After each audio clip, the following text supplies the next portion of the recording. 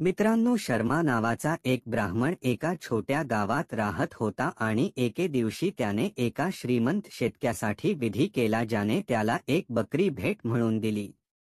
तो शेळी पाठीवर घेऊन गावी परतत असताना 3 बदमाशांनी त्याला पाहिले.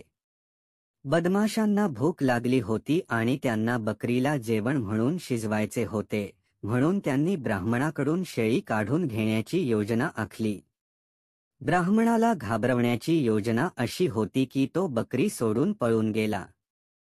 हे करण्यासाठी एका बदमाशाने वाटेत ब्राह्मणाला भेटले आणि विचारले की ब्राह्मणासारखा धार्मिक माणूस कुत्रा का घेऊन जात आहे.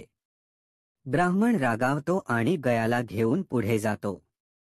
दुसऱ्या बदमाशाने ब्राह्मणाला विचारले की त्याच्या खांद्यावर मेलेले वासरू का आहे, आणि ब्राह्मण पुन्हा आपला संयम गमावून निघून गेला.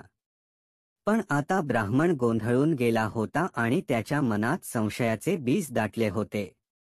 शेवटी तिसरा बदमाश ब्राह्मणाला भेटला आणि त्याने शेळीचे नाव डुक्कर ठेवले आणि विचारले की एक पवित्र पुजारी अपवित्र डुक्कर का घेऊन जात आहे.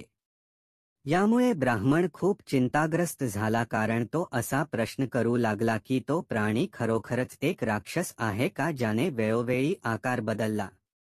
तो खूप घाबरला आणि त्याने बकरीला रस्त्यावर सोडून घरी पळ काढला. बदमाशांनी मग एकत्र येऊन तथाकथित उच्चशिक्षित ब्राह्मणाच्या मूर्खपणावर हस्तबकरा नेला. त्यानंतर त्यांनी आनंदाने मेजवानी दिली.